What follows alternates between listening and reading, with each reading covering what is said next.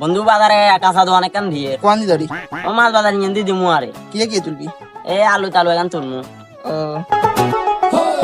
বাতিজা কিয়া কাকা বাতিজা এলাকার ব্যাগ তো নিয়ে তুমি বলে বাজারে বলে একখান তরকারি দোকান দিবা এ কাকা ছোট করে একখান দিমু আন্ডা গরিব মানুষ আর কি রুম বেকার থাকি তার লাভ নাই বুঝেন না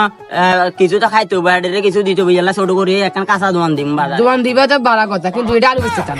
কিনলে কাকা আন্ডা আলু বেচুম আন্ডা গরিব মানুষ আন্ডা কথা বাড়াবাড়ি করে লাত মারবে আলু যদি বেচো